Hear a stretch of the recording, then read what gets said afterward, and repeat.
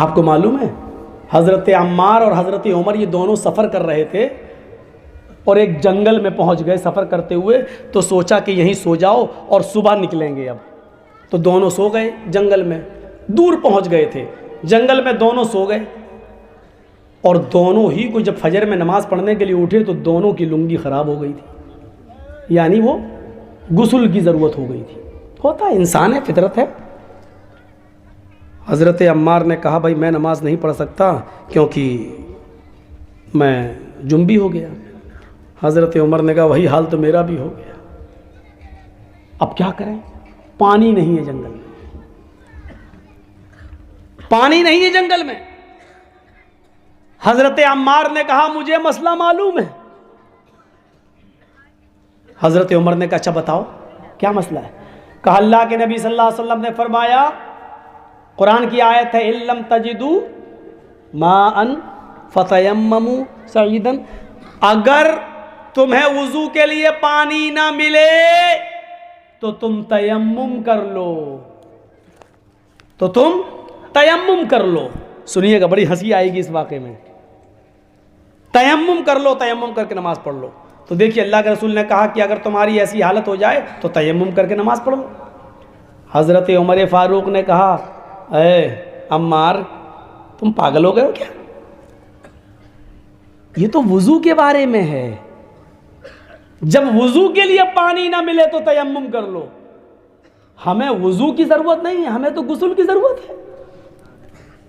وضو بنانے والا پاک ہوتا ہے، ناپاک نہیں ہوتا۔ پاک آدمی ہی وضو بنا کے نماز پڑھتا ہے، ہم تو ناپاک ہیں۔ جس کا وضو ٹوٹ گیا ہو وہ تیمم کر کے نماز پڑھ لے اگر اس کو وضو کے لیے پانی نہ ملے، لیکن ہمارا تو وضو نہیں ٹوٹا، ہمارا تو غسل ٹوٹ گیا ہے۔ تو حضرت عمار نے کہا یار تھوڑی سی عقل دوڑاؤ نا، ہاتھ پیر دھلنا یہ چھوٹا وضو ہے اور غسل یہ بڑا ہے، تو جب وضو کے لیے پانی نہ ملے تو اس کا تیمم کیا ہے؟ دو ہاتھ، یہ پاک مٹی مان لو، یہ دیکھو تیمم بتا رہا ہوں میں، یہ مٹی پہ ہاتھ ماری ہے۔ بہت سے لوگ دیوار پہ مان لیتے ہیں، معاف کیجئے گا، سوری، بہت معذرت کے ساتھ، دیوار پہ مارنا جب تک آپ کے ہاتھ میں مٹی نہیں لگ رہی ہے آپ کا تیمم نہیں ہوگا۔ مٹی ہونی چاہیے، وہ ڈیلا ہوتا ہے نا مٹی کا، اس کو بھی آپ ایسے نہیں کر سکتے، اس کو پھوڑ لیجئے، آپ پھوڑ کے ایک پیپر رکھ لیجئے، پیپر، اور پیپر پہ اس مٹی کے ڈھیلے کو پھوڑ کے اس کو چاروں طرف پھیلا دیجئے اس مٹی کو، پھر اس پہ ہاتھ ماریے ایسے۔ اب جب مٹی ہاتھ میں لگ جائے آپ کے تب اس مٹی کو پھونکیے ایسے، بس۔ اب ایسے نہیں جھاڑ لیجئے گا، یہ مارا مٹی لگ گئی، یہ ہو گیا۔ اب اس پہ ایسے کریے، ہو گیا، ہو گیا۔ اب یہ دایاں ہاتھ بائیں ہاتھ کی پشت پر ادھر پیٹھ پہ ایسے، اور یہ والا ہاتھ، تیمم ہو گیا آپ کا۔ کہا اچھا، تو کہا حضرت عمار نے جب وضو کے لیے پانی نہ ملے تو چھوٹا تیمم کر لو، ہمیں غسل کے لیے پانی نہیں مل رہا تو بڑا تیمم کر لیتے ہیں۔ تو حضرت عمر نے کہا بڑا تیمم کیا ہوتا ہے؟ کاٹ کہ پورا جسم مٹی پہ ہم لوٹ لیتے ہیں، پورے جسم پہ مٹی لگ جائے گی، نماز پڑھ لیتے ہیں۔ حضرت عمر کہتے ہیں نہیں یار یہ مجھے ٹھیک نہیں لگ رہا ہے، جب تک اللہ کے رسول نے ایسا کیا، ارے کیا نہیں ہے لیکن وضو والی حدیث پر قیاس کرو نا، جب وضو کے لیے پانی نہیں مل رہا تو ہاتھ مار لو، ہمیں تو غسل کے لیے نہیں مل رہا تو پورے جسم پر مٹی پھیر لو۔ حضرت عمر نے کہا میں ایسا نہیں کروں گا، حضرت عمار نے کہا میں تو کروں گا۔ انہوں نے کپڑے اپڑے اتارے اور حدیث کے الفاظ بخاری کے تمرغت کما تمرغ الدابہ، مٹی پر ایسے لوٹے پورا، جیسے چوپایا چار پیر والا جانور مٹی میں کلا منڈیا کھاتا ہے، اٹھے اور کھڑے ہو گئے، نماز پڑھ لی۔ حضرت عمر فاروق نے نماز نہیں پڑھی، کہا نہیں میں جب پانی مل جائے گا غسل کروں گا تب اس نماز کو قضا کروں گا۔ یہ دونوں لوگ چلے۔ یاد رکھنا حضرت عمار نے نماز پڑھ لی، حضرت عمر نے نماز نہیں پڑھی، دونوں نے اپنی اپنی عقل دوڑائی۔ دیکھیے اسلام عقل پہ نہیں چلتا، لیکن دونوں نے اپنی اپنی عقل دوڑائی۔ حضرت عمار نے ایسا کر کے نماز پڑھ لی. حضرت عمر نے کہا نہیں. جب شہر میں آئے تو پانی مل گیا, سورج نکل چکا تھا. انہوں نے سب سے پہلے غسل کیا, اور غسل کرنے کے بعد چھوٹی ہوئی نماز جو قضا ہو گئی وہ پہلے انہوں نے پڑھ لی. جب نماز پڑھ لی تو سفر جب ختم ہوا 2 4 5 6 دن کے بعد, جب یہ لوگ اپنا اپنا کام کر کے لوٹ کے آئے تو اللہ کے رسول سے ملاقات ہوئی. اللہ کے رسول صلی اللہ علیہ وسلم سے جب ملاقات ہوئی تو اللہ کے نبی کو دونوں نے اپنا اپنا واقعہ سنایا. چلو نبی سے پوچھتے ہیں ہم نے تو صحیح کیا کہ غلط کیا. چلو سرٹیفکیٹ تو وہاں سے ملے گا نا, صحیح ہو غلط کا کہاں. تو اللہ کے نبی سے دونوں نے کہا اللہ کے رسول ایسا ایسا ہو گیا تھا ہمارے ساتھ. تو اللہ کے نبی نے مسکراتے ہوئے کہا پھر تم نے کیا کیا؟ کہا اللہ کے رسول میں نے تو نماز پڑھ لی لیکن انہوں نے نہیں پڑھی. کہا اچھا تم نے نماز پڑھ لی؟ کہا کیسے پڑھی؟ کہا اللہ کے رسول میں نے تو تیمم کر لیا. کہاں ٹھیک کیا. حضرت عمر ٹوک دیے اللہ کے رسول انہوں نے وہ والا تیمم نہیں کیا جو آپ نے بتایا, ان سے پوچھو کون سا تیمم کیا. کہا اللہ کے رسول مجھے تو بڑے غسل کی ضرورت پڑ گئی تھی نا, تو ہم نے جو تھا وہ پورا زمین پہ اپنے آپ کو لوٹ لیا کر کے, پورے جسم پہ مٹی لگا لی. اللہ کے رسول ہنستے بھی گئے اور کہا کہ اے عمار یہ تم نے غلط کیا, ایسا نہیں کرنا چاہیے تھا. تو حضرت عمر خوش ہو گئے, دیکھو عمار کا طریقہ غلط نکلا, میرا صحیح ہو گیا. تو حضرت عمار کہتے ہیں اللہ کے رسول انہوں نے تو نماز ہی نہیں پڑھی. کہا عمر تم نے کیا کیا؟ کہ اللہ کے رسول جب پانی نہیں ملا تو ہم نے نماز ہی نہیں پڑھی. ہم جب شہر میں چلے گئے جب پانی مل گیا تو غسل کیا, اور غسل کرنے کے بعد ہم نے نماز پڑھی. آپ نے کہا عمر تم نے بھی غلط کیا. دونوں بڑے صحابہ عمار ابن یاسر, وہ سمیہ کا بیٹا عمار جس کو اسلامی تاریخ میں سب سے پہلے شہید کر دیا گیا تھا اور جس کی شرمگاہ میں نیزہ مارا گیا, سمیہ کا بیٹا عمار, یاسر کا بیٹا عمار, پرانا صحابی, نبی کی صحبت میں رہنے کے باوجود ایک غلطی کر گئے. اللہ کے رسول نے کہا عمار تم نے اپنے جسم پر, پورے جسم پر مٹی کو جو ملا وہ بھی غلط کیا, اور اے عمر تم نے نماز نہ پڑھ کر وقت کو چھوڑ دیا اور پانی کے مل جانے, پانی کی تلاش میں گھومتے رہے اور پانی ملنے تک تم نے نماز کا وقت نکال دیا, تم نے بھی غلط کیا. وضو کا تیمم اور غسل کا تیمم ایک ہی ہے, چاہے وضو کے لیے پانی نہ ملے یا غسل کے لیے پانی نہ ملے, ان دونوں صورتوں میں ایک ہی تیمم کیا جائے گا. بس اتنا کافی تھا کہ اپنے دونوں ہاتھوں کو زمین پہ مارتے, پھونک لیتے, چہرے پہ مر لیتے, دائیں ہاتھ بائیں ہاتھ پر اور بائیں ہاتھ دائیں ہاتھ پہ پھیر لیتے اور نماز پڑھ لیتے. ضروری نہیں ہے ہماری عقل جو سوچے وہی صحیح ہو. جرجی صاحب کی عقل میں اگر کوئی بات نہیں آ رہی ہے تو ضروری نہیں ہے کہ جرجی صاحب یہ کہتے ہیں کہ نہیں یہ اسلام ہو ہی نہیں سکتا. اسلام وہ ہے جو جناب محمد رسول اللہ صلی اللہ علیہ وسلم بتا رہے ہیں. چلیے اللہ کے نبی صلی اللہ علیہ وسلم فرماتے ہیں اے بلال ایسا کون سا عمل کرتے ہو, ایسی کون سی نیکی کرتے ہو کہ جب میں جنت دیکھ رہا تھا, مجھے جنت دکھائی دے رہی تھی, تو میں نے جنت میں اپنے آگے تمہارے جوتوں کی آواز سنی. اے بلال میرے رب نے مجھے بتا دیا ہے کہ میں بلال کو جنت دے کر رہوں گا. بلال تم دنیا میں اور تمہارے جوتوں کی آواز محمد رسول اللہ نے جنت میں سنی ہے, یعنی اللہ نے مجھے یہ خبر دے دی اے محمد صلی اللہ علیہ وسلم بلال کو خوشخبری سنا دو کہ وہ جنتی ہیں. میں جوتوں کی آواز سن کے آیا ہوں بلال, لیکن نیکی نہیں معلوم تمہاری کون سی ہے, ایسا کیا کرتے ہو ذرا ہم کو بھی تو بتاؤ. حضرت بلال کہتے ہیں ایسا تو کوئی عمل نہیں اللہ کے نبی, جو سب کرتے ہیں اتنا میں بھی کرتا ہوں. آپ نے کہا غور کرو شاید کوئی عمل ہو جنت میں جانے والا عمل. تو حضرت بلال نے کہا ہاں ایک چیز ہے میرے اندر جو اور لوگوں کو نہیں دیکھتا ہوں. کہا کیا؟ شاید ہو سکتا ہے وہی عمل اللہ کو پسند آیا ہو. تو کہا بتاؤ تو پہلے کیا ہے؟ کہا اللہ کے رسول میں بغیر وضو کے کبھی نہیں رہتا.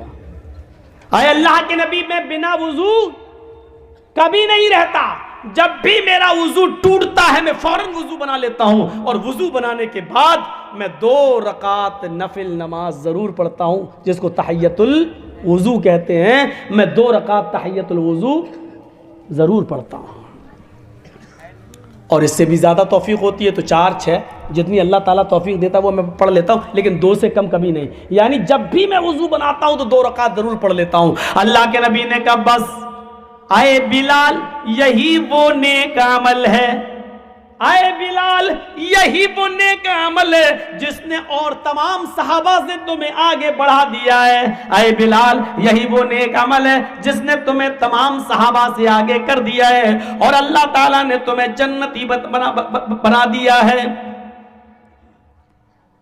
پتہ چلا کہ وضو بنا کر 2 رکعت تحیۃ الوضو پڑھنا یہ جنت میں جانے والا راستہ ہے۔ کتنے راستے ہیں مجھے یاد نہیں، گنتی تھوڑا سا میں پرچہ دیکھنا پڑے گا تاکہ بہک نہ جاؤں، ادھر ادھر نہ جاؤں۔ اس میں کچھ لکھا ایکا نہیں ہے، یہ مت سمجھنا کہ مولانا صاحب دیکھ کے، اس میں صرف اس نمبر پہ یہ، اس نمبر پہ یہ، اس نمبر پہ یہ ہنٹس ہیں بس۔ تو ابھی تک تو میں صحیح چل رہا ہوں، ترتیب بدلی نہیں ہے۔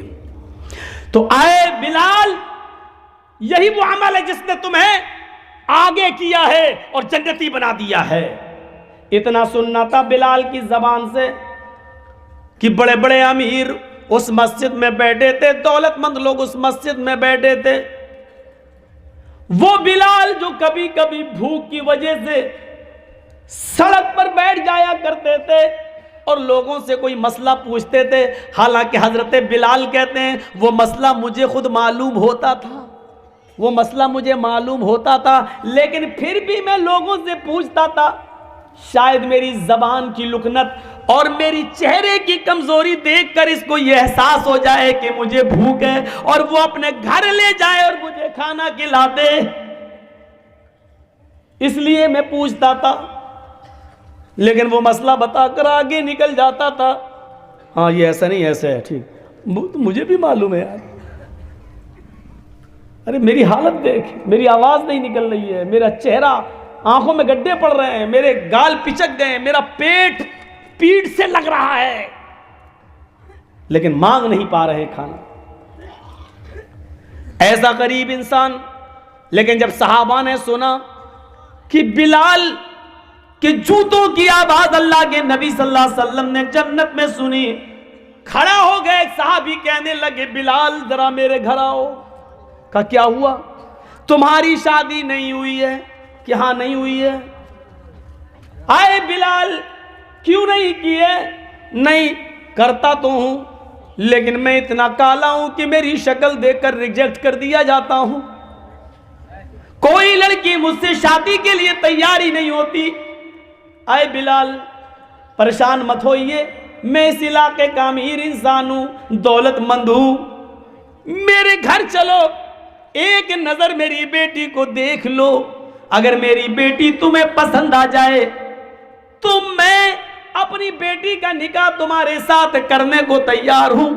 اے بلال تمہارے ساتھ رہے گی میری بیٹی تو وہ بھی جنت جیسے عمل کرنے لگے گی، وہ بھی جنت جیسے کام کرنے لگے گی، نیک لڑکے سے شادی کرنے کی وجہ سے اللہ مجھے بھی جنت دے دے گا۔ اے بلال دیندار لڑکے کو اپنی بیٹی دینے کے بدلے اللہ شاید مجھے بھی جنت دے دے۔ بلال چلو میری بیٹی دیکھ لو، پسند آ جائے تو میں نکاح کے لیے تیار ہوں۔ دوسرے صحابی اٹھے، اے بلال انہوں نے پہلے کہہ دیا ہے، اس لیے پہلے ان کی بیٹی دیکھ لو، پسند آ جائے تو کوئی بات نہیں نکاح کر لینا، اور اگر پسند نہ آئے تو بے دھڑک میرے گھر چلے آنا، میں اپنی بیٹی کا چہرہ دکھانے کے لیے تیار ہوں۔ اے بلال میرے گھر آ کر میری بیٹی کو دیکھ لینا، اگر پسند آ جائے تو میں اپنی بیٹی کا نکاح تمہارے ساتھ کرنے کو تیار ہوں۔ کیا دیکھا جاتا تھا شادی میں؟ ہم کیا دیکھ رہے ہیں؟ کتنی پڑھی لکھی ہے؟ صدقاً للقلبی، دل کی سچائی کے ساتھ، دل کی گہرائی کے ساتھ جس نے کلمہ پڑھا۔ اب پتہ یہ چلا کہ جو ایسے لوگ ہوتے ہیں جو ووٹ لینے کے لیے آتے ہیں وہ دل کی گہرائی سے اور دل کی سچائی سے نہیں پڑھتے ہیں۔ آپ کے پاس آئیں گے اللہ اللہ، وہاں جائیں گے رام رام۔ صدقاً للقلبی، جو صدق دل سے پڑھے گا وہ صرف لا الہ الا اللہ پڑھے گا، کبھی دوسری چیز کا قائل نہیں ہوگا۔ تو جس نے صدق دل سے لا الہ الا اللہ پڑھا وہ کہاں جائے گا؟ جنت کے اندر جائے گا۔ دو چیزیں ہو گئیں۔ تیسری چیز، من قال لا الہ الا اللہ مفتاح الجنہ، اللہ کے نبی فرماتے ہیں لا الہ الا اللہ جنت کی چابی ہے، جنت کی ہے، جنت کی کنجی۔ صحابہ نے کہا اللہ کے رسول لا الہ الا اللہ جنت کی چابی ہے، کہاں؟ تب تو بڑے فائدے میں ہیں ہم لوگ۔ جب جنت کی چابی مل گئی، لا الہ الا اللہ ہم نے پڑھ لیا، جنت کی چابی ہمیں مل گئی، تو ہم تو جب چاہیں گے تب جنت کا تالا لاک کھولیں گے اور جنت میں گھس جائیں گے۔ اب ہمیں نماز پڑھنے کی کیا ضرورت ہے؟ روزہ رکھنے کی کیا ضرورت ہے؟ حج کرنے کی کیا ضرورت ہے؟ زکوٰۃ دینے کی کیا ضرورت ہے؟ ہمارے نوجوانوں کے لیے یہ حدیث بہت اچھی ہے۔ ہم مولانا صاحب راستہ نکال رہے ہیں، لا الہ الا اللہ جنت کی چابی ہے۔ صحابہ نے کہا اللہ کے رسول اب ہمیں نماز روزہ حج و زکوٰۃ کی ضرورت کیا ہے؟ چابی جب ہمارے ہاتھ میں آ گئی، لا الہ الا اللہ پڑھ لیا، تب تو ہم جنت میں جب چاہیں گے تالا کھول کے گھس جائیں گے۔ اب تو جنت ہماری ہو گئی۔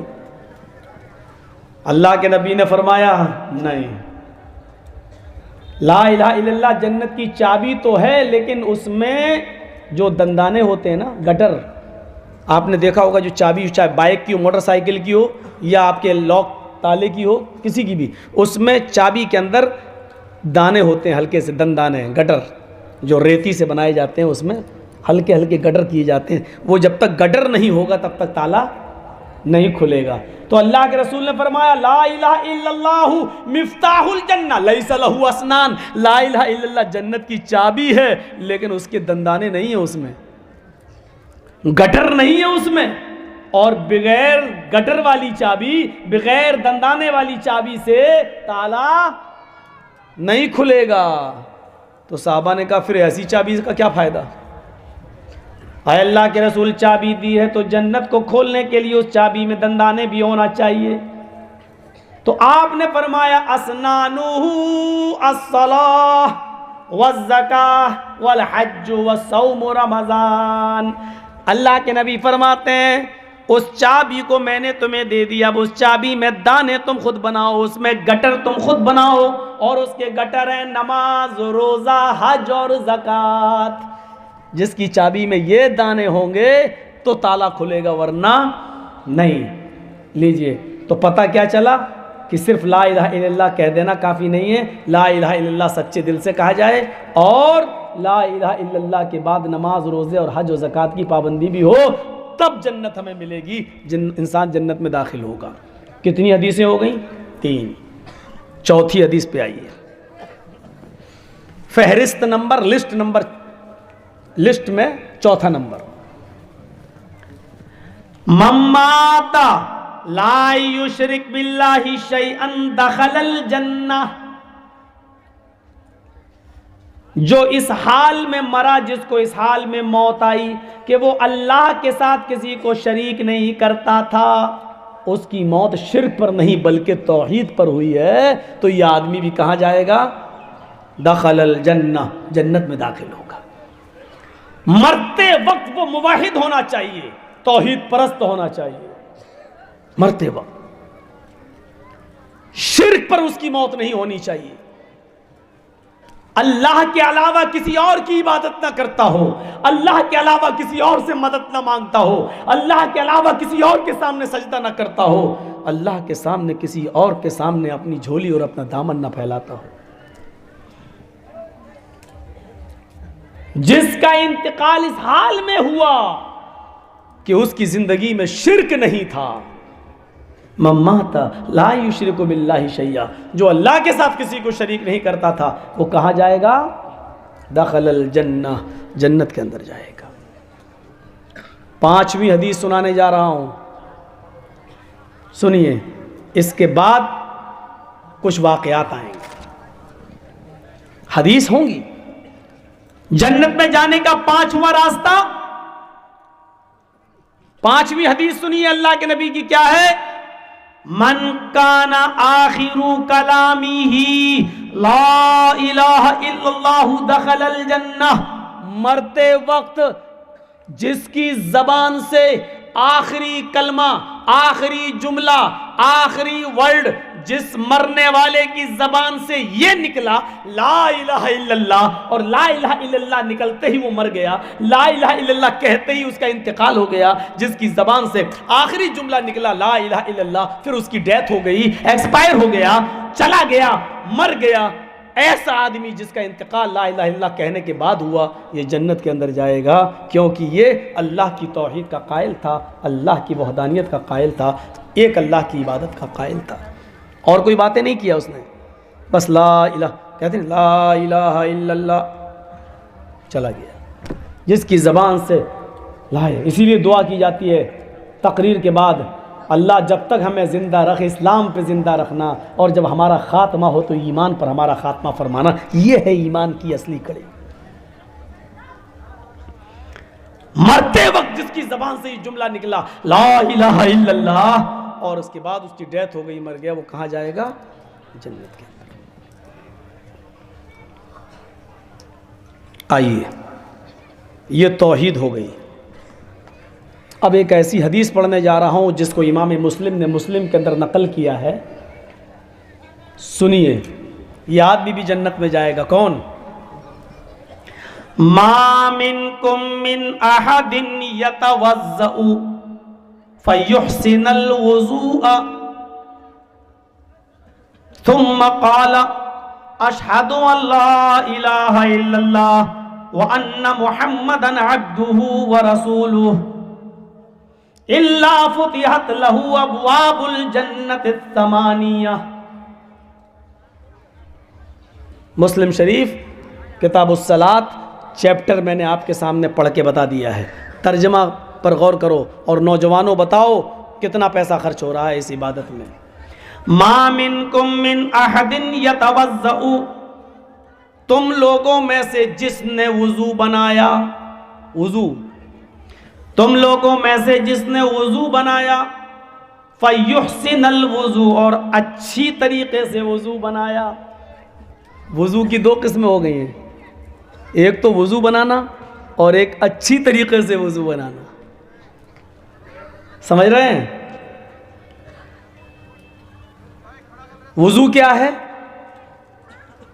امام صاحب نماز پڑھا رہے ہیں، 2 رکعت ہو گئی، ظہر کی عصر کی 2 رکعت ہو گئی، میں وضو بنا رہا ہوں، نل پر بیٹھ کر، ٹوٹی کے پاس بیٹھ کر، مسجد میں وضو خانے کے پاس بیٹھ کر، آپ آئے اور بیٹھ گئے میرے پاس، مولانا صاحب کتنی رکعتیں نکل گئی ہیں، امام صاحب نے کتنی نماز پڑھا دی ہے؟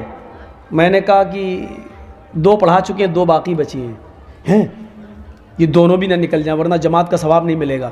بیٹھے، مارا، اللہ ہوا، یہ ہے وضو۔ جلدی سے مالا، اللہ ٹھونک ڈالی، وضو بھی ٹھونک ڈالا، نماز بھی ٹھونک ڈالی، یہ ہے وضو۔ لیکن اللہ کے رسول نے کیا کہا؟ فَيُحْسِنَ الْوُضُو، وضو نہیں، جس نے اچھی طریقے سے وضو بنایا۔ سنیں میری ماں بہنیں، آج دوسری تقریر وہ نہیں ہو رہی ہے، آج دوسری باتیں میں آپ کو بتا رہا ہوں، کچھ سیکھو آج۔ اچھا وضو کسے کہتے ہیں؟ پانی لیا چلو میں، یہ سیدھے ہاتھ میں دائنے، اور یہ دیکھ رہے ہیں آپ، یہ اور پھر داہنے ہاتھ کی انگلیاں بائیں ہاتھ میں، انگلیوں میں ایسے، اور بائیں ہاتھ کی انگلی دائیں ہاتھ میں، یہ پھر دوبارہ وضو، پانی لیا، پھر یہی، یہ پھر لیا پانی، اور پھر یہ 3 بار آپ نے ہاتھ دھلا۔ اب پانی لیا، چلو میں پانی ہے، آدھا پانی منہ میں اور بچا ہوا آدھا پانی ناک میں تیزی کے ساتھ، لیکن روزے کی حالت میں نہیں۔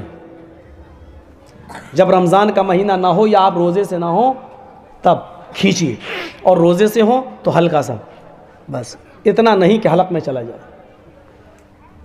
آدھا پانی یہ مولانا صاحب یہ کیا بتا رہے ہیں؟ میں نے پہلے کا سیکھو، آدھا پانی منہ میں اور آدھا پانی ناک میں. ابھی تک یہ عادت ہے نہیں نا، اس لیے شروع میں پورا پانی منہ میں چلا جائے گا، جیسے نہیں لے پاؤ گے، شروع لوگ پورا ہی چلا جائے گا. عادت بنانا پڑے گی ابھی 2-4 روز. آدھا منہ میں اور آدھا ناک میں. پھر دائیں ہاتھ کی شہادت کی انگلی کو دانتوں پہ رگڑیے، یہ ایسے، اور بائیں ہاتھ کی اس انگلی کو اور اس ناخن کو دونوں ناک میں ڈالیے ایسے، پھر نکالیے، اور اس کے بعد میں انگوٹھے سے یہ پکڑیے، یہ دبائیے ایسے، اور جھاڑیے ناک. وستنشق وستنثر، جھاڑیے کس کے، اور پھر اس انگلی سے یہ والی ناک دبائیے نتھنا، اور پھر جھاڑیے. میں زیادہ زور سے نہیں کر رہا ہوں، نہیں تو اصلی گھی یہیں ٹپک جائے گا سارا ایسے. پہلے یہ لے کے اور پھر یہ لے کے ایسے، اور پھر ایسے کر کے جھاڑیے، اور پھر ہاتھ دھو لیجئے. پھر دوبارہ بھی ایسے ہی کریں گے آپ. پھر منہ میں انگلی اور یہ، پھر تیسری بار.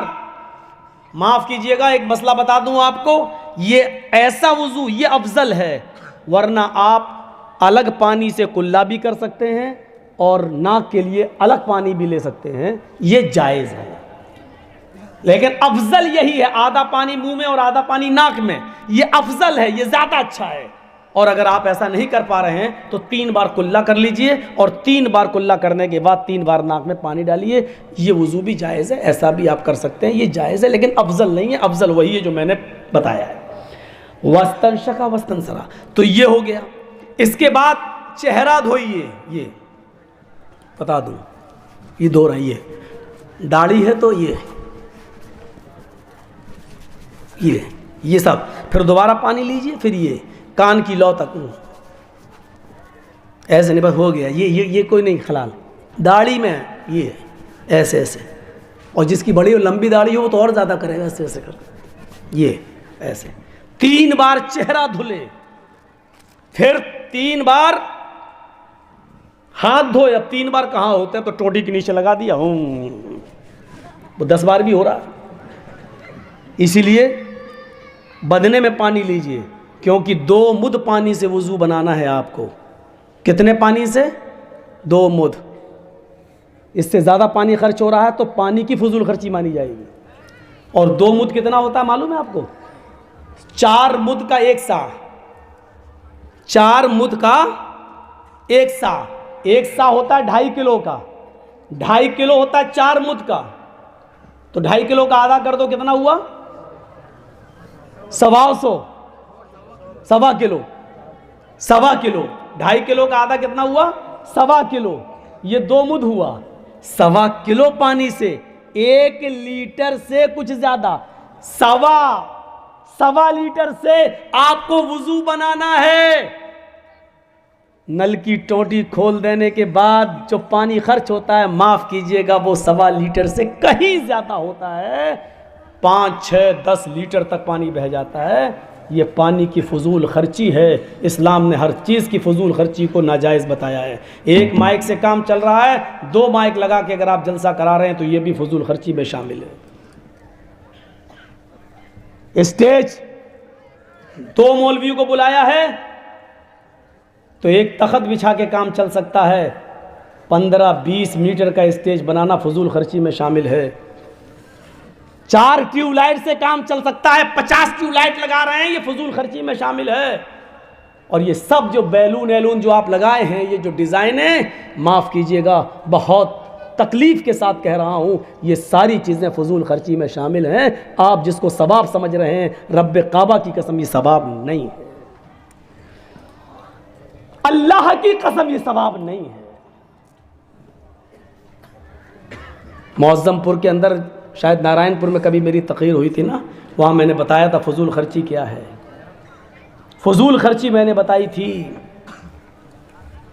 دینی کام میں بھی فضول خرچی جائز نہیں ہے. دینی کام میں آپ کے گھر 2 مہمان آ گئے اور آپ کے بیوی بچوں کو ملا کر 1 کلو گوشت میں سب کا کھانا پیٹ بھر سکتا ہے، لیکن آپ 2.5-3 کلو لا رہے ہیں تو یہ بھی فضول خرچی میں شامل ہے۔ آج ہمارا موضوع فضول خرچی نہیں ہے، نارائن پور والی تقریر اٹھا کے سن لیجئے گا آپ۔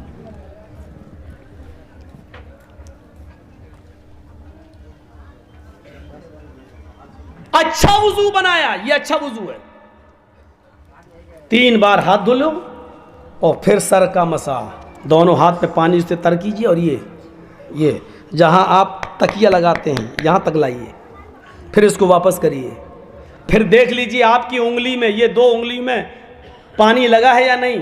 اگر لگا ہے تو انہی دونوں انگلیوں کو کان میں لے جائیے، اور اگر پانی نہیں ہے تو پانی دوبارہ لے لیجئے ایسے ہاتھ میں، پھر ان دونوں انگلیوں کو آپ کان میں لے جائیے، کان کے سوراخ میں یہ، اور یہی گھماتے رہیے جہاں جہاں گھوم رہا ہے یہ گڈھا، اپنے آپ کو ملتا جائے گا، کان کا راستہ اپنے آپ کو ملتا رہے گا۔ یہ دیکھیے یہ ایسے لائیے یہاں تک، اور یہ دونوں انگوٹھے جو ہیں اس کو ایسے کر لیجئے، یہ ہے مسح، سر کا مسح اور کان کا مسح یہ ہے۔ اس طرح وضو بناؤ گے تو وہ دونوں رکعت بھی چھوٹ جائیں گی جو باقی ہیں۔ لیکن اسلام یہ کہتا ہے، شریعت یہ کہتی ہے نماز چھوٹ رہی ہے تو چھوٹنے دو، لیکن الٹا سیدھا وضو بنا کر اگر آپ پڑھو گے تو نماز ہی نہیں ہوگی، کیونکہ جب وضو نہیں تو نماز نہیں۔ تو جس نے وضو بنایا فَيُحْسِنَ الْوُضُوءَ، اور اچھا وضو بنایا، جیسا بتایا گیا ویسا وضو بنایا، اور وضو بنانے کے بعد جس نے یہ دعا پڑھی ثم قال اشہد ان لا الہ الا اللہ واشہد ان محمدًا عبدہ ورسولہ۔ مسلم شریف کی حدیث کے الفاظ پر غور کرو، اللہ کے نبی فرماتے ہیں کہ جس نے وضو بنایا اور اچھی طریقے سے وضو بنایا، اور وضو بنانے کے بعد جس نے یہ دعا پڑھ لی اشہد ان لا الہ الا اللہ واشہد ان محمدًا عبدہ ورسولہ الا فتحت لہ ابواب الجنۃ الثمانیہ، ایسے آدمی کے لیے جنت کے 8 دروازے کھول دیے جائیں گے۔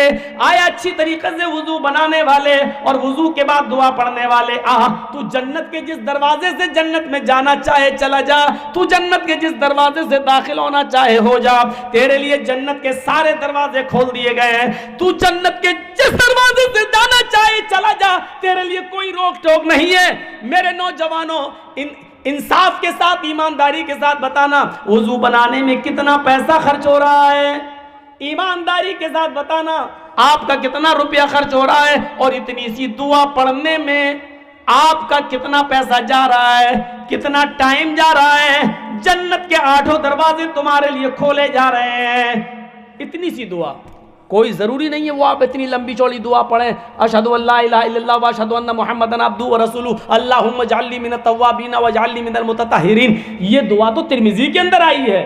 یہ الفاظ جو آئے ہیں اللہم اجعلنی من التوابین واجعلنی من المتطہرین، یہ ترمذی کے اندر آئے ہیں جو حسن ہے، پڑھنا چاہو پڑھ سکتے ہو، کوئی رکاوٹ نہیں ہے، آپ جائز ہے پڑھ سکتے ہیں، لیکن اگر یہ آگے والے جملے نہیں بھی پڑھیں، صرف اتنا ہی یاد کر لیجئے اشہد ان لا الہ الا اللہ واشہد ان محمدًا عبدہ ورسولہ تو کافی ہے، اور اتنی سی دعا پڑھنے پر جنت کے 8 دروازے کھولے جا رہے ہیں۔ فَمَنْ زُحْزِحَ عَنِ النَّارِ وَأُدْخِلَ الْجَنَّةَ فَقَدْ فَازَ، جو جہنم سے بچا لیا گیا اور جنت کے اندر داخل کر دیا گیا وہ کامیاب ہے۔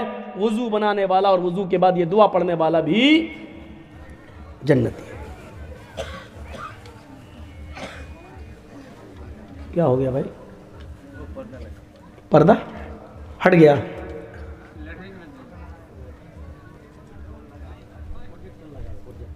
اچھا اچھا، مطلب ابھی تک سو رہے تھے کیا؟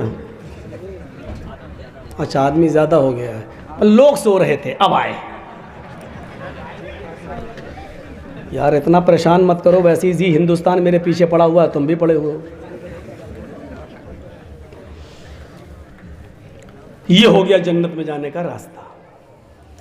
ابھی شروعات ہے، ابھی آگے چلتے جائیے، ابھی ہماری آنکھوں میں آنسو آنا بھی باقی ہے۔ ابھی چلیے، جنت میں کیسے کیسے لوگ جنت میں جانے کے لیے کیا کیا کیے ہیں لوگ۔ چلیے، ابھی تو ہم ٹرین چلی ہے، ابھی تو اسپیڈ پکڑنے میں تھوڑا سا ٹائم لے گی۔ آپ لوگ پکڑنے ہی کہاں دیتے ہیں، کبھی عورتیں بولنے لگتی ہیں، کبھی پردے والے آ جاتے ہیں۔ اب لگتا ہے اب اگر آ گئے تو مجھے پردہ کرنا پڑے گا۔ ایک اور حدیث، چائے کی ہوٹلوں پہ بیٹھنے والوں سنو، کیرم بورڈ کھیل کر اپنا ٹائم برباد کرنے والوں، یہ تمہارے لیے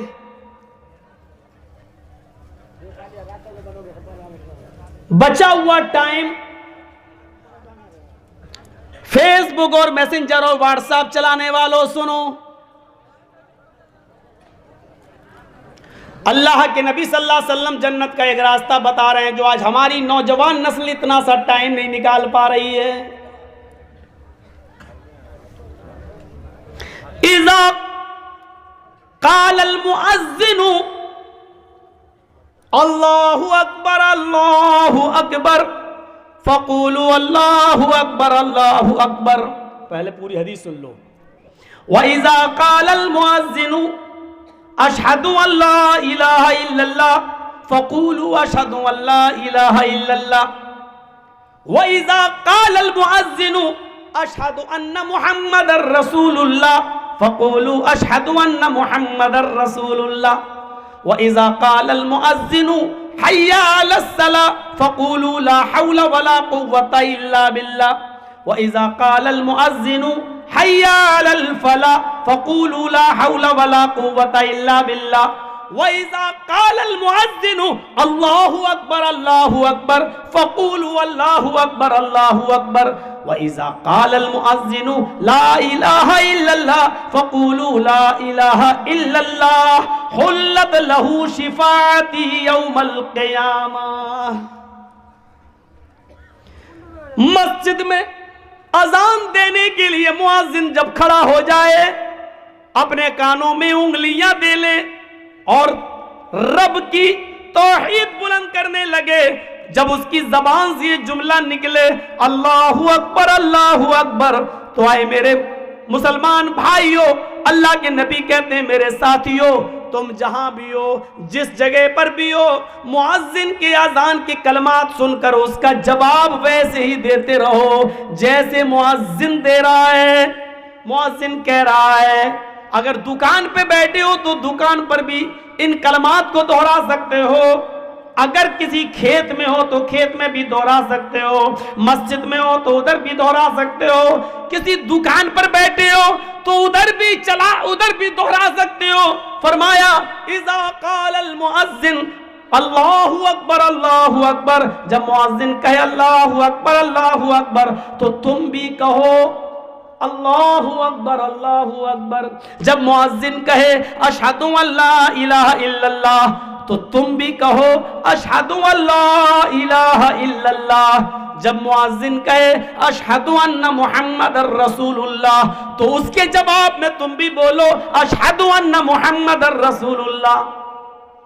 جب مولانا لوگ تقریر کہیں اللہ کے نبی محمد صلی اللہ علیہ وسلم نے فرمایا، تب تو آپ کہو گے صلی اللہ علیہ وسلم، جب نبی کا نام محمد آئے تب تو آپ کہو گے صلی اللہ علیہ وسلم، لیکن اذان میں جب کہا جائے اشہد ان محمد رسول اللہ تو یہاں صلی اللہ علیہ وسلم نہیں کہا جائے گا، یہاں پڑھا جائے گا اشہد ان محمد رسول اللہ۔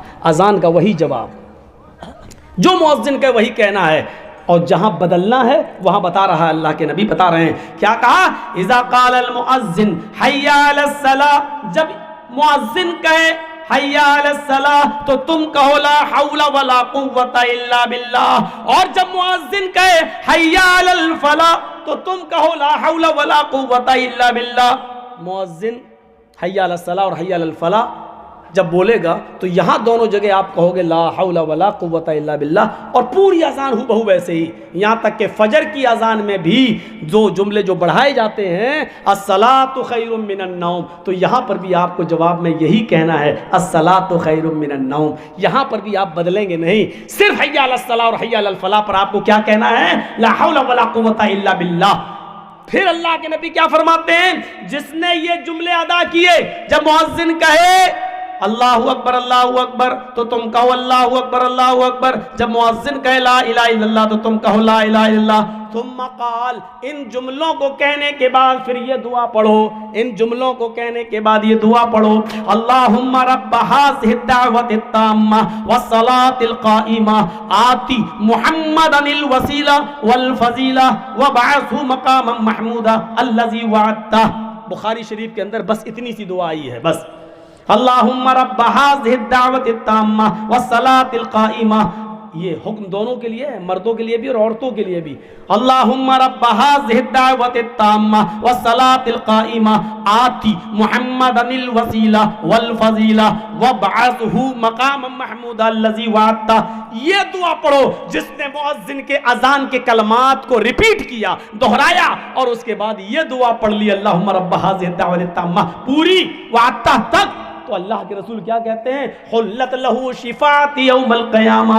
ایسے انسان کے لیے، ایسے شخص کے لیے قیامت کے دن میری سفارش حلال ہو جائے گی. یہ گناہگار ہوگا، جہنم کے دروازے پر بھی کھڑا ہوگا، لیکن اللہ تعالیٰ مجھے حکم دے گا اس آدمی کی سفارش کر سکتے ہو، میں اس کے لیے شفاعت کروں گا اللہ سے، اور اللہ میری شفاعت کو قبول فرما کے اس کو جنت کے اندر داخل کر دے گا. حلت لہ شفاعت یوم القیامہ. اس کے لیے، میرے لیے، اس آدمی کو جنت میں لے جانے کے لیے میرے لیے شفاعت حلال ہو جائے گی. میں اللہ سے اپلیکیشن، میں اللہ سے گزارش کر سکتا ہوں، اور اللہ رب العالمین میری گزارش کو ایکسیپٹ کرے گا اور اس آدمی کو جنت میں داخل کر دے گا. لیجئے. لیکن ہمیں کیرم بورڈ کھیلنے سے فرصت کہاں ہے؟ اذان ہو رہی ہے، ہمیں چائے پینے سے فرصت کہاں ہے؟ اذان ہو رہی ہے. ہمیں چوسر کھیلنے سے فرصت کہاں ہے؟ اذان ہو رہی ہے. ہمیں فیس بک اور واٹس ایپ چلانے سے فرصت کہاں ہے؟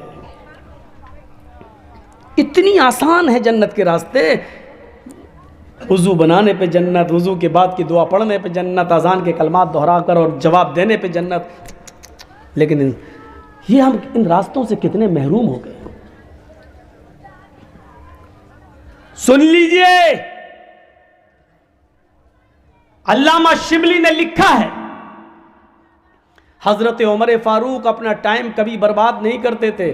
اگر ان کو کوئی وقت نہیں بھی، فالتو بیٹھے ہیں تو کیا کرتے تھے؟ مطلب نماز پڑھ کے آ چکے ہیں، اب کوئی کام ہی نہیں ہے، جو کام کرنا تھا ان کو کھیتی باڑی کا وہ کر کے آ چکے ہیں، اب کچھ کام ہی نہیں ہے. گھر میں آئے، سو گئے، سو کے اٹھے تو اب نیند ہی نہیں آ رہی ہے. اب کام کیا؟ کام ہے ہی نہیں، فالتو بیٹھے ہیں، کوئی کام نہیں. تو جانتے ہو وہ کیا کرتے تھے؟ ایک بیکار سا کپڑا لے لیتے تھے حضرت عمر فاروق، اور ایک بیکار سا کپڑا لے کے اس کو پھاڑ دیتے تھے.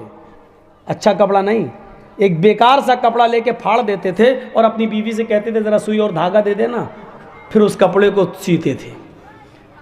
لوگوں نے ان سے کہا یہ کیا کرتے ہو؟ جب سلنا ہی تھا تو پھاڑا کیوں؟ تو انہوں نے کہا کہ فضول وقت کیوں برباد کروں، خالی بیٹھنا شیطان کو اپنی کھوپڑی میں جگہ دینا ہے، اس لیے میں اپنے وقت کو کام میں لگا رہا ہوں. کچھ نہیں ملا تو یہی کر رہا ہوں کہ کپڑا پھاڑ کے اس کو دوبارہ سل رہا ہوں، تاکہ خالی دماغ شیطان کا گھر ہوتا ہے، ایسا نہ ہو کہ شیطان اس خالی وقت میں ہمارے دل میں بہت سے وسوسے پیدا کر دے. ہمارے پاس خالی وقت ہوتا تو چلو یار دوستوں کے ساتھ گپے لڑا لیں، چلو مووی دیکھ لیں. ہماری ماں بہنوں کے پاس اگر وقت ہوتا ہے تو چلو سیریل دیکھ لیں، بڑا اچھا سیریل آ رہا ہے، ساس بھی کبھی بہو تھی، اچھا سیریل آ رہا ہے، دیکھ لو. اب تو بنگلہ میں بھی بڑے اچھے اچھے سیریل آتے ہیں. بیٹھ گئی، کیا دیکھ رہی؟ سی آئی ڈی. اور سی آئی ڈی دیکھ دیکھ کر وہ اپنے پتی کی اب جاسوسی کر رہی ہیں، دیکھیں جاتا کہاں ہے، آتا کہاں. اب ایپ بھی ایسے ایسے آنے لگے کہ پتی کہاں ہے وہ ایپ ڈاؤن لوڈ کر لیتی ہیں عورتیں، اور پتہ لگاتی رہتی ہے میرا آدمی کہاں جا رہا ہے. اور شک کی بیماری اتنی ہے، کہاں ہو؟ کہیں پان کی دکان پہ پان کھا رہا ہوں. اچھا پان والے سے ذرا میری بات کرانا. شک کی بیماری اتنی زیادہ پیدا ہو گئی ہے، اس میں ہم بھی کسی حد تک ذمہ دار ہیں شک پیدا کرانے میں. آئیں گی باتیں بعد میں. ہم سوچ رہے ہیں کہ پہلے جنت کے وہ راستے بتاتے ہیں، یہ سب چیزیں تو آتی رہیں گی. یہ جنت کا ایک راستہ تھا، لسٹ میں بھول گیا ہوں یہ کون سے نمبر کی تھی. میں نے اسی لیے پہلے کہا تھا کہ 5 تو حدیثیں ہی پڑھ دی، 5 نمبر. اسٹیج پہ بیٹھنے والوں کو ہوش نہیں ہے، بتائیے، سن رہے تقریر. 5 تو حدیثیں ہی سنا دی. 6 نمبر پہ وضو والی بات تھی، اور 7ویں نمبر پر یہ اذان والی بات، اذان کے بعد کی دعا کا. 5 تو پہلے ہی ہو چکی تھی. اب 8ویں چیز فہرست میں، 8واں نام سنیے. اصل کامیابی کیا ہے؟ جہنم سے بچ جانا اور جنت کے اندر داخل ہو جانا. اور اسی لیے یہ دنیا رچائی گئی، بسائی گئی، اور اس میں ہم اور آپ بھیجے گئے. ہمارے باپ آدم علیہ السلام نے جس پھل کو کھانے سے اللہ تعالیٰ نے منع کیا تھا اور جس ورکش ٹری، جس پیڑ کے پاس جانے سے روکا تھا، وہ وہیں چلے گئے. فَلَا تَقْرَبَ هَٰذِهِ الشَّجَرَةَ، اے آدم و حوا اس درخت کے پاس مت جانا. شیطان کے بہکاوے میں آئے، وہ چلے بھی گئے، اور صرف گئے ہی نہیں بلکہ اس پھل کو کھا بھی لیا. جنتی لباس اتر گیا اور وہ آدم و حوا دونوں جنت سے نکال دیے گئے. نافرمانی کرنے کے جرم میں اللہ چاہتا تو جہنم میں بھی ڈال سکتا تھا، لیکن نہیں، یہ پہلی خطا تھی. اس لیے پراشچت کرنے کا، کفارہ ادا کرنے کا ایک چانس ملنا چاہیے. اللہ تعالیٰ نے اس خطا کے پراشچت کے لیے دنیا میں بھیج دیا، اور دنیا میں نبیوں کا سلسلہ بھی شروع کر دیا. اور تعجب یہ ہے کہ شیطان کو بھی پھر دنیا میں بھیج دیا. جس طرح اس نے جنت میں بہکایا، یہ دنیا میں بھی بہکائے گا. لیکن ایک بار تو تم اس کی بات میں آ گئے، یہاں تمہیں وروਧ کرنے کے لیے پھر بھیج رہا ہوں میں. اگر دنیا میں تم نے اس کا وروਧ کر لیا اور میری باتوں پر عمل کر لیا تو ہم تمہیں پھر وہی جگہ دے دیں گے جس جگہ سے ہم تمہیں نکال رہے ہیں. اے آدم و حوا اور اے ان کی اولاد، ہم تمہیں پھر وہ مقام دے دیں گے جنت جس مقام سے ہم تمہیں نکال رہے ہیں. لیکن اگر تم نے یہاں شیطان کا وروਧ نہیں کیا، یہاں اس کی بات مانتے رہے اور پھر اس کے بہکاوے میں آ گئے، تو تمہیں دنیا میں بھی نہیں رہنا ہے اور جنت بھی نہیں ملے گی، بلکہ ایک اور ٹھکانہ ہے جس کو ہم جہنم کہتے ہیں، اس میں ڈال دیا جائے. تو پتہ چلا کہ ہم یہاں کس لیے آئے؟ شیطان کا وروਧ کرنے کے لیے. اور کس لیے آئے؟ اپنا کھویا ہوا گھر دوبارہ واپس پانے کے لیے. ہمارا کھویا ہوا گھر کون سا ہے؟ جنت. گھر واپسی بہت سنا ہوگا آپ نے نا، اصل گھر واپسی وہی ہے.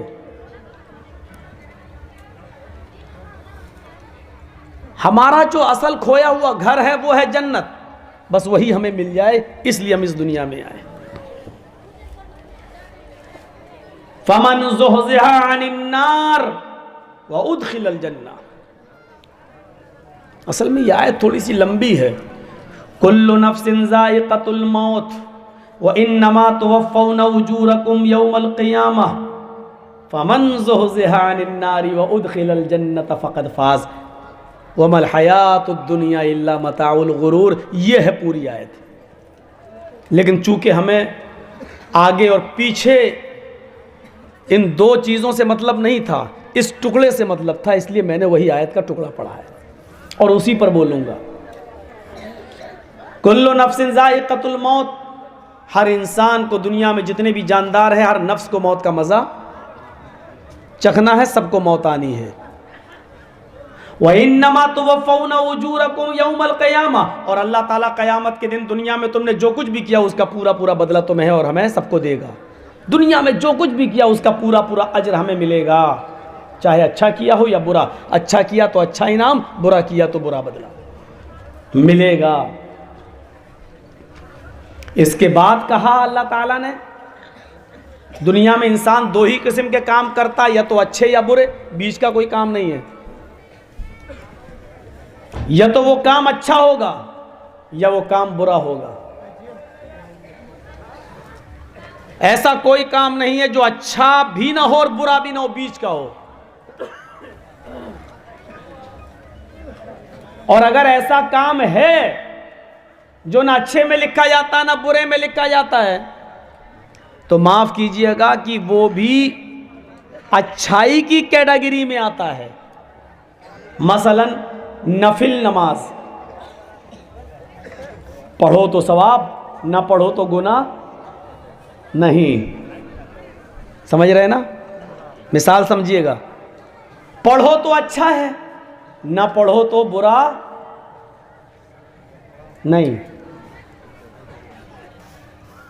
لیکن اب بیچ کا راستہ کیا نکلتا ہے؟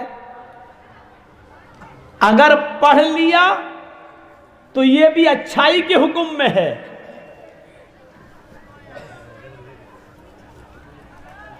تو دو ہی چیزیں ہیں، یا تو اچھی یا بری. اچھا کیا تو جنتی، برا کیا تو جہنمی. اس لیے اللہ تعالیٰ کیا کہہ رہا ہے؟ فَمَنْ زُحْزِحَ عَنِ النَّارِ، جو اچھے عمل کر کے جہنم سے بچ گیا اور بچا لیا گیا، اور نیک عمل کر کے جنت کے اندر داخل کر دیا گیا، فقد فاز، وہ کامیاب ہو گیا. یہ ہے اصل کامیابی. بھیا اب بیچ میں اٹھا بٹک مت کرو یار، اب غلط کر رہے ہیں، اتنی دیر ہو گیا بس، اب کافی ہے. تو جنت میں جو داخلہ ہو گیا جس کا، وہ کامیاب ہے. تو جنت میں کامیاب ہوں گے کیسے؟ جنت میں ہم جائیں گے کیسے؟ آئیے آج دل چاہتا ہے میں آپ کو وہی اعمال بتاؤں جو عمل ہمیں جنت میں لے جاتے ہیں. لسٹ تیار کیجئے گا آپ. نمبر 1، پہلا شخص کون ہے جو جنت میں جائے گا؟ نوٹ کیجئے گا. میری ماں بہنیں اگر خاموش رہیں گی تو میری اردو ان کو بھی سمجھ میں آئے گی. میں تو اردو بول ہی کہاں رہا ہوں، میں تو سمجھ لو کہ بہت سمپل بول رہا ہوں، ورنہ کشمیر وشمیر میں جا کر جو اردو بولتا ہوں تو وہ تو آپ کی سمجھ ہی میں نہیں آئے گی. اور اسی لیے آپ لوگ ہمیں بار بار بلاتے ہیں کہ مولانا صاحب کی اردو بھی ایسی ہوتی جو ہم لوگ سمجھ لیتے ہیں، اور ہم کوشش کرتے ہیں کہ آپ کو گھول کے پلا دوں.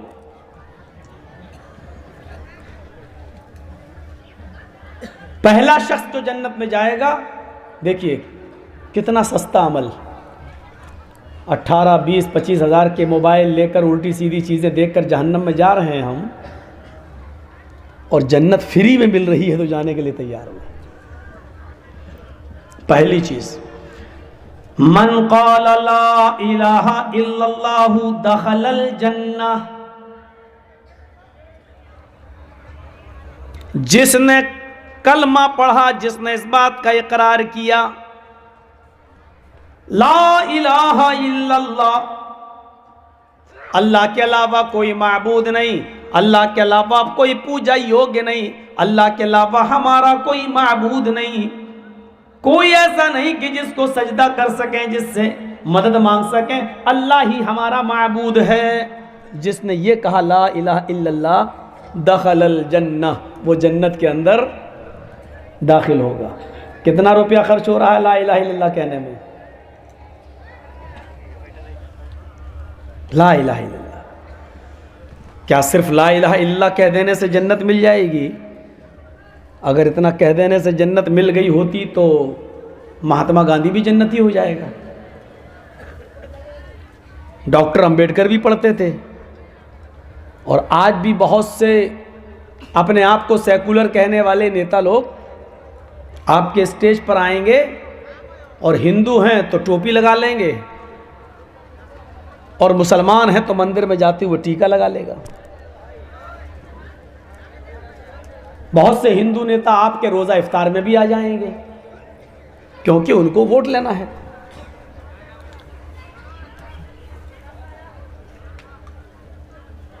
یہاں پر بھی اللہ تعالیٰ نے کہہ دیا، اللہ کے نبی نے فرما دیا، ہر لا الہ الا اللہ کہنے والا جنتی نہیں ہے. نمبر 2، دوسرا پوائنٹ لسٹ لکھیے آپ، لسٹ نمبر 2، من قال لا الہ الا اللہ صدقا للقلب دخل الجنہ، جس نے اپنی زبان سے کہا لا الہ الا اللہ صدقا للقلب، صدق دل سے، سچے دل سے، دل کی گہرائی سے جس نے کہا لا الہ الا اللہ، وہ جنت کے اندر جائے گا۔ یہ بھیا ادھر دوسری تقریر ہو رہی ہے کیا؟ کوئی جاؤ یار ان لوگوں کو خاموش کراؤ بھائی۔ تو عورتیں بند ہوئی تو وہ چلانے لگا، بتائیے وہ سن بھی نہیں رہا۔ کوئی وہاں جا کے بتا دو وہ ان کی آواز یہاں تک نہ آئے، ان کا بلا چمکتے ہوئے روشنی یہاں تک آ رہی لیکن وہ نہیں دیکھ رہے ہمارے۔ ارے آپ ہی کو کہہ رہا ہوں مت بولیے اتنی تیز۔ عورتوں میں جانے کے بعد سب کی آواز بہت اونچی نکلنے لگتی ہے، ان کو بھیج ہی دیا ایسی جگہ آپ لوگوں نے۔ بسم اللہ الرحمن الرحیم،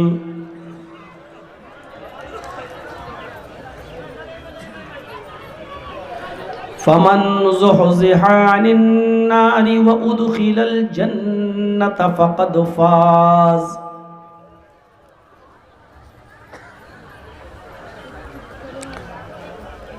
رب اشرح لي صدري ويسر لي امري واحلل عقدة من لساني يفقهوا قولي۔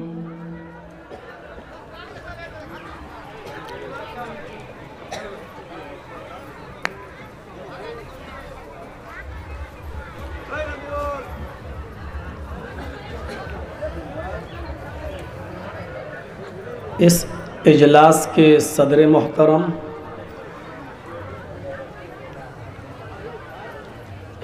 اسٹیج پر بیٹھے ہوئے دیگر معقر علماء کرام،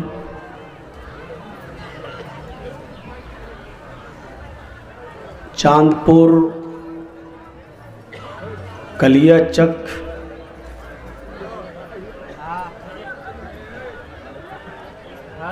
ڈسٹرکٹ مالدہ اور اس کے آس پاس سے قرب و جوار سے آئے ہوئے سامعین حضرات اور سامعین کے پیچھے بیٹھی ہوئی اسلامی خواتین ماں اور بہنوں،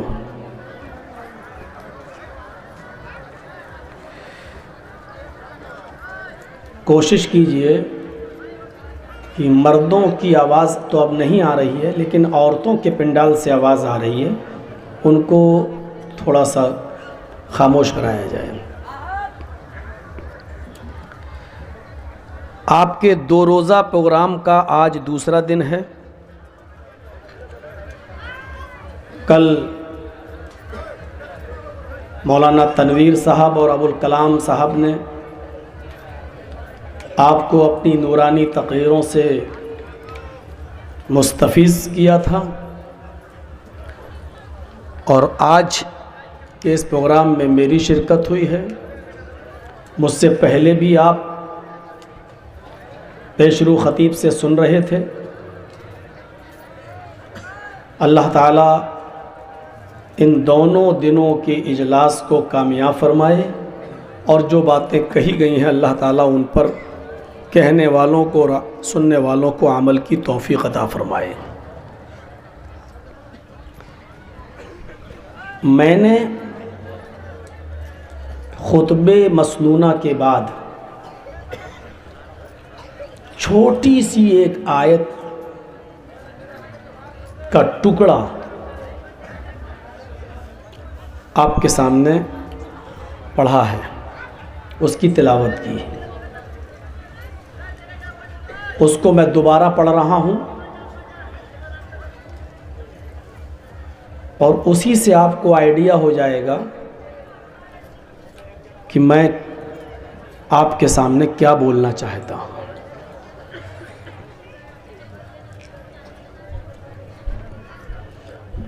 فمن زحزح عن النار وادخل الجنت فقد فاز، جو شخص جہنم سے بچا لیا جائے، وادخل الجنت اور جنت کے اندر داخل کر دیا جائے، فقد فاز وہ کامیاب ہو گیا۔